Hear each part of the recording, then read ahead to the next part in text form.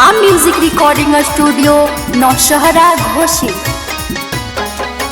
कैसन हो तोर बापा भाई रखले हल कुमार गे, कैसन हो तोर बापा भाई रखले हल कुमार गे।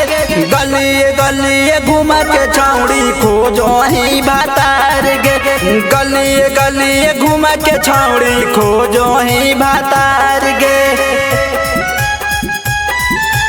गलिए गलिए घूम के छौड़ी खोजो ही भातार गे। 16 उम्र से तू हानि छिनार गे, बाप माई के देनी तू ही जाटू बाई गे, बाप माई के देनी तू ही जाटू बाई गे, बाप माई के देनी तू ही जाटू बाई गे। 16 उम्र से तू हानि छिनार गे, बाप माई के देनी तू ही जाटू बाई गे, बाप माई के देनी तू ही जाटू बाई गे, बाप माई के देनी तू ही जाटू बाई गे।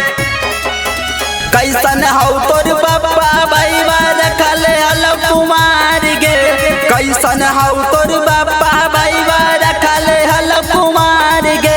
गलिए गलिए घूम के छौड़ी खोजो ही भातार गे, गलिए गलिए घूम के छौड़ी खोजो ही भातार गे।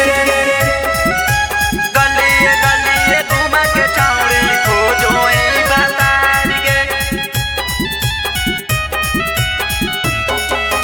अभियो से छौड़ी सुधार ले रहानिया, बाजी तो छौड़ी तोर चढ़ल जवानिया। तबे तू बन मेरी ते सके कहानिया, साचे कहा तो मोंटी कहानिया।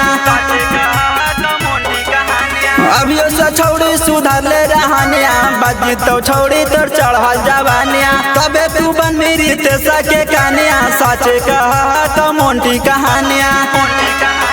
बुमारा के देखाही अखिया मरही बारे बार गे, बुमारा के देखाही अखिया मरही बारे बार गे। गलिए गलिए घूम के छौड़ी खोजो ही भातार गे, गलिए गलिए घूम के छौड़ी खोजो ही भातार गे। Maa music recording studio Naushahra Ghoshi.